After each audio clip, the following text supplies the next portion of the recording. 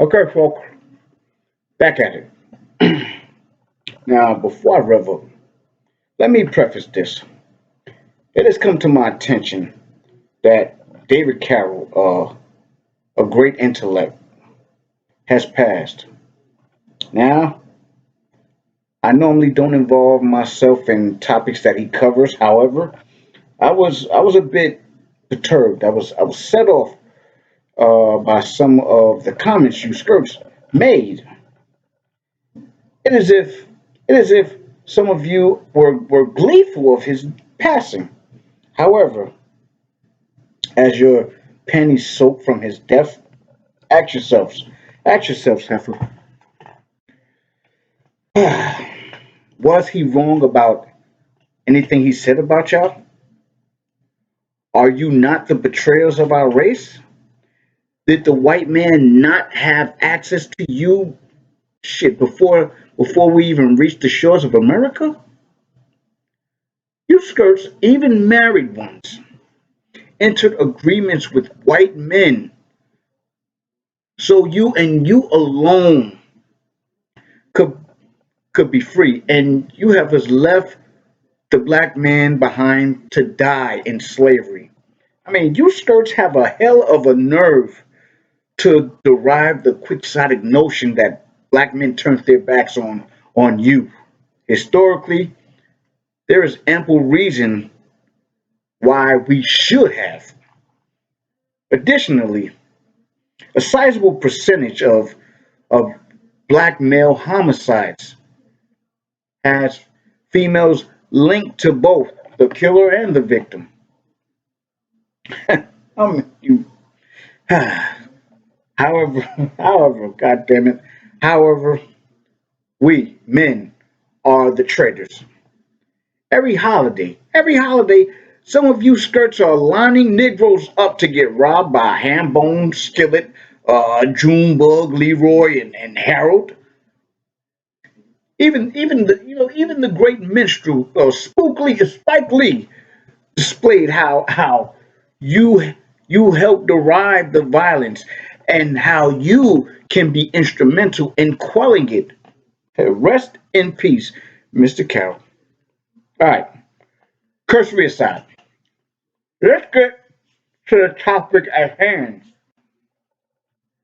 Now,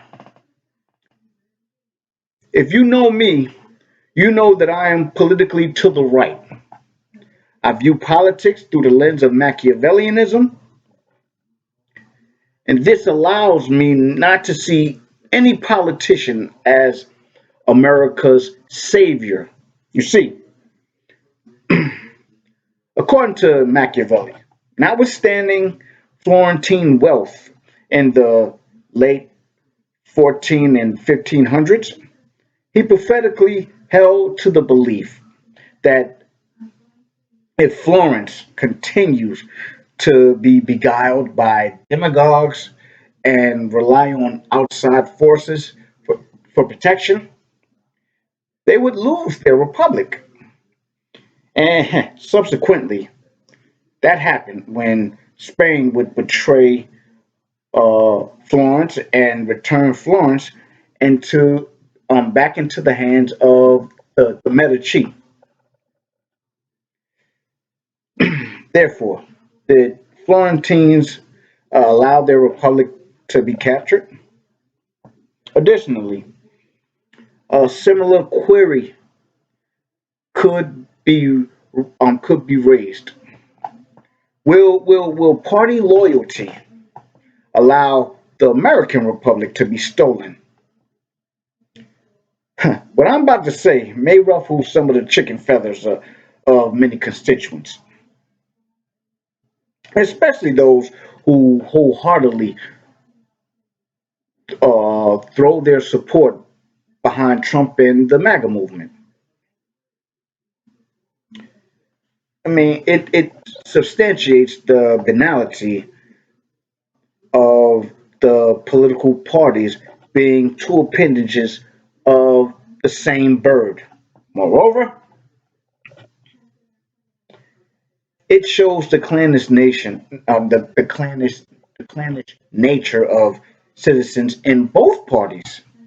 This was unequivocally why the founding fathers were not in favor of factions because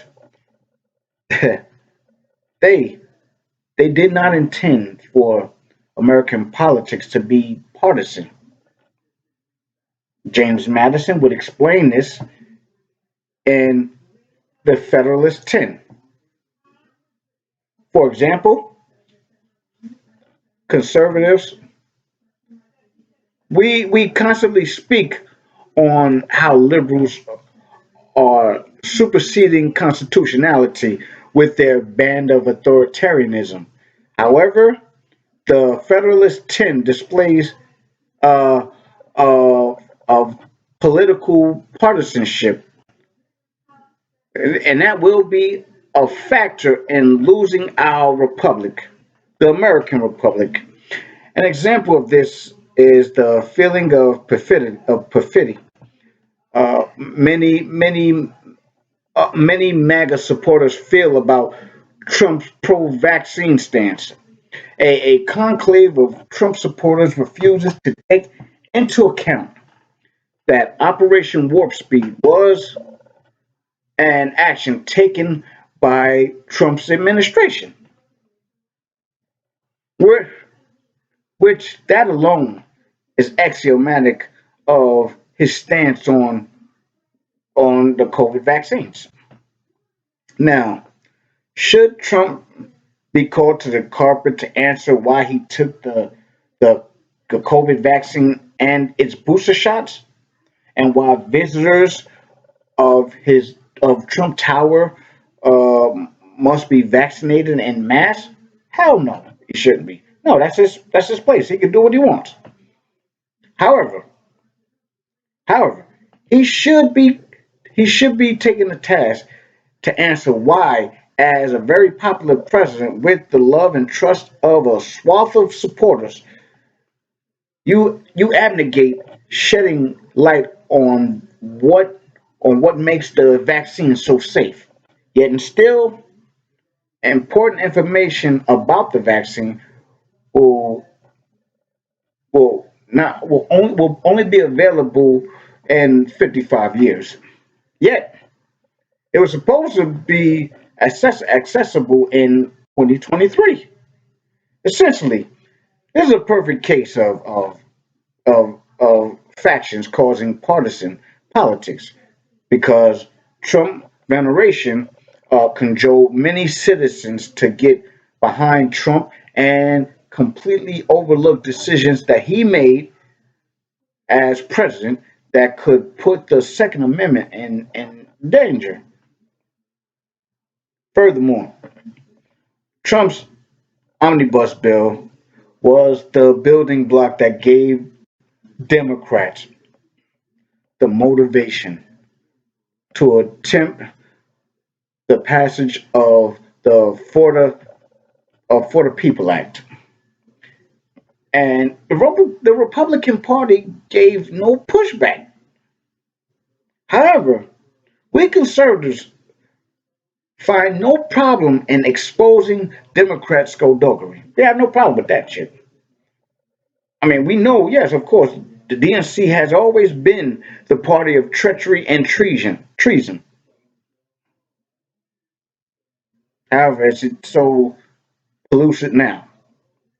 Anyway, in conclusion, because I view politics through the lens of Machiavellianism, I can't view any politician, Republican nor Democrat, as infallible and above reproach, much like Machiavellian. No, much like Machiavelli knew. Niccolo knew it was prudent for a politician to rule with an iron fist encased in velvet. It is also pragmatic for citizens to vote in such a manner that our republic is maintained. Now, am I questioning the good Trump did for the country? No, hell no, I'm not. However, just for asking the latter and clarifying my position gives verisimilitude to the Federalist 10. Because regardless of political standing, political bias will cause this republic to fall, analogous to 14th century of Florence, Italy. Remember, it was it was Trump. It was Trump's omnibus bill that signed for massive spending for coronavirus relief, which and that opened the door for the People Act. Additionally, Bernie Sanders, of all people, Bernie Sanders supported the omnibus bill. Therefore, shit, anytime you have a Bernie Sanders supporting a bill from a Republican is is not contrary to reason that said bill would be a bad deal for Americans because it would neglect about hell. 49% of Americans. I mean, shit. That that that's all I have to say about that. Like, comment, share, subscribe, and hit the notification bell while you're at it. Shit. Well, well, that's it.